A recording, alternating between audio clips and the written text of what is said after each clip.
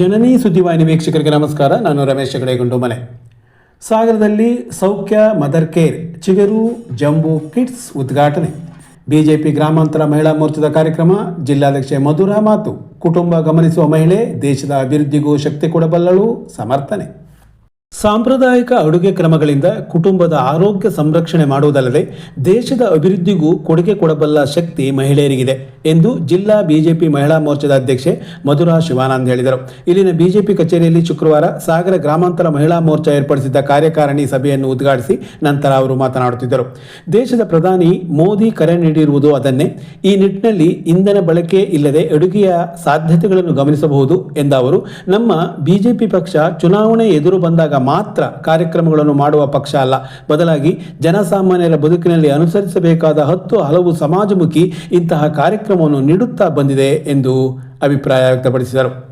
ರಾಜ್ಯ ಪ್ರಮುಖರಾದ ರಾಜನಂದಿನಿ ಕಾಗೋಡು ಮಾತನಾಡಿ, ಹಸಿ ತರಕಾರಿ ಉಪಯೋಗ ಆರೋಗ್ಯಕ್ಕೆ ಪೂರಕ. ಈ ಹಿನ್ನೆಲೆಯಲ್ಲಿ ಬಿಜೆಪಿ ಮಹಿಳಾ ಮೋರ್ಚಾ ಆಹಾರದ ಅರಿವು ನೀಡುವ ಮೂಲಕ ಕಾರ್ಯಕಾರಿಣಿ ಕಾರ್ಯಕ್ರಮವನ್ನು ಆಯೋಜಿಸಿರುವುದು ನಿಜಕ್ಕೂ ಶ್ಲಾಘನೀಯ ಎಂದು ಹೇಳಿದರು. ಗ್ರಾಮಾಂತರ ಮಹಿಳಾ ಮೋರ್ಚಾದ ಅಧ್ಯಕ್ಷೆ ಸುಮಾ ರವಿ ಪ್ರಾಸ್ತಾವಿಕ ಮಾತನಾಡಿದರು. ಜಿಲ್ಲಾ ಪ್ರಧಾನ ಕಾರ್ಯದರ್ಶಿಗಳಾದ ವೀಣಾ ನಾಗರಾಜ್, ಸುಮಲತಾ ಬೋಪಾಳ್, ತಾಲೂಕು ಮಹಿಳಾ ಕಾರ್ಯದರ್ಶಿಗಳಾದ ಮಲ್ಲಿಕಾ ಅಕ್ಷರ, ಸುಜಾತ, ಸವಿತಾ ನಟರಾಜ್, ಗ್ರಾಮಾಂತರ ಬಿಜೆಪಿ ಅಧ್ಯಕ್ಷ ದೇವೇಂದ್ರ ಪೆಲ್ಕುಂದ್ಲಿ, ಕಾರ್ಯದರ್ಶಿ ರಮೇಶ್ ಹಾರೆಗೊಪ್ಪ ಮತ್ತಿತರರು ಈ ಸಂದರ್ಭ ಹಾಜರಿದ್ದರು. ಕೇವಲ ಚುನಾವಣೆ ಬಂದ ತಕ್ಷಣ ಬೂತ್ನಲ್ಲಿ ಅವರವರ ಮಹಿಳೆಯರನ್ನು ಗುರುತಿಸೋದು, ಅವರಿಗೆ ಜವಾಬ್ದಾರಿಯನ್ನು ಕೊಟ್ಟು ಆ ಸಮಯದಲ್ಲಿ ಕೆಲಸ ಮಾಡಿಸುವಂತಹ ಪಕ್ಷಗಳು ನೂರಾರಿದೆ. ಆದರೆ ನಮ್ಮ ಪಕ್ಷ ನಿರಂತರವಾಗಿ ಜನರ ಜೊತೆಗೆ ನಾವು ಜನರ ಸಂಪರ್ಕವನ್ನು ಎಲೆಕ್ಷನ್ನಿಗೆ ಬಂದಾಗ ಮಾತ್ರ ಇಟ್ಕೊಳ್ಳೋವಂಥ ವ್ಯವಸ್ಥೆ ಅಲ್ಲ, ಸಮಾಜದ ಕಟ್ಟಕಡೆಯ ಜೊತೆಗೆ ನಮ್ಮ ನಿರಂತರವಾದಂತಹ ಸಂಪರ್ಕ ಇರಬೇಕು. ಅದಕ್ಕೆ ಹೋಗಲಿಕ್ಕೆ ಅನೇಕ ನಮಗೆ ಸಂಪರ್ಕ ಮಾಡಲಿಕ್ಕೆ ಕಾರಣಗಳು ಬೇಕು. ಆ ಕಾರಣಗಳಿಗೆ ತಕ್ಕಂತೆ ನಮಗೆ ಕಾರ್ಯಕ್ರಮವನ್ನು ಕೊಡ್ತಾರೆ. ಅಂದರೆ ಈಗ ಮೋದಿಜಿಯವರು ಕೊಟ್ಟಂತಹ ಅನೇಕ ಯೋಜನೆಗಳನ್ನು ನಾವು ನೋಡಿದ್ದೀವಿ. 12 ವರ್ಷದಲ್ಲಿ ಮೋದಿಜಿಯವರು ಎಷ್ಟೊಂದು ಒಳ್ಳೆಯ ಕಾರ್ಯಕ್ರಮಗಳನ್ನೆಲ್ಲ ಕೊಟ್ಟರು, ನಮಗೆ ಯೋಜನೆಗಳನ್ನು ಕೊಟ್ಟರು. ಅದನ್ನು ಕೊಟ್ಟಂತಹ ಯೋಜನೆಗಳನ್ನು ಜನರಿಗೆ ತಲುಪಿಸುವಂತಹ ಜವಾಬ್ದಾರಿಯುತ ಕಾರ್ಯಕರ್ತರು ನಾವು ಆಗಿದ್ದೇವೆ.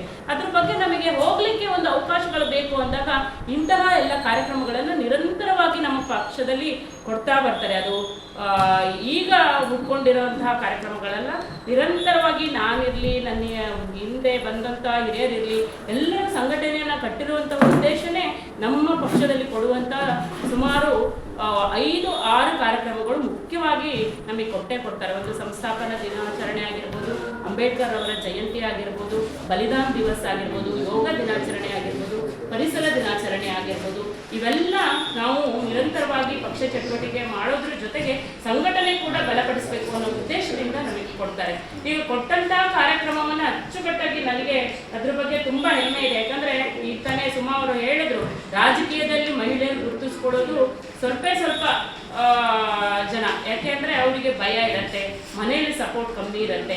ಆದರೂ ಕೂಡ ನಮಗೆ ಹೆಮ್ಮೆ ಇದೆ, ನಾವು ಬಿಜೆಪಿ ಪಕ್ಷದ ಮಹಿಳಾ ಕಾರ್ಯಕರ್ತರು ಅನ್ನೋದಕ್ಕೆ.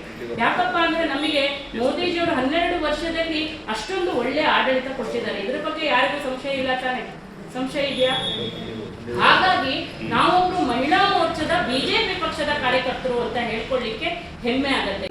ಮತ್ತೆ ಗ್ರಾಮೀಣ ಪ್ರದೇಶದ ವೃತ್ತಿನ ಯಾಕೆ ಮಾಡಿಸಿದೀವಿ ಅಂತ ಹೇಳಿದ್ರೆ, ಗ್ರಾಮೀಣ ಭಾಗದಲ್ಲಿ ಸಾಮಾನ್ಯವಾಗಿ ಗ್ಯಾಸಿಗೆ ಅಷ್ಟೊಂದು ಆದ್ಯತೆ ನಾವು ಕಡಿಮೆ. ಯಾಕಂದ್ರೆ ನಮ್ಮಲ್ಲಿ ಬೆಂಕಿಗೆ ಆದಷ್ಟು ಆದ್ಯತೆ ಕೊಡ್ತಾರೆ, ಅದರಲ್ಲೂ ರೊಟ್ಟಿಯೆಲ್ಲ ಬೆಂಕಿಯಲ್ಲೇ ಮಾಡ್ತಾರೆ. ಯಾಕಂದ್ರೆ ಗ್ಯಾಸ್ ಇದ್ರು ಅದ್ರಲ್ಲಿ ಮಾಡಲ್ಲ.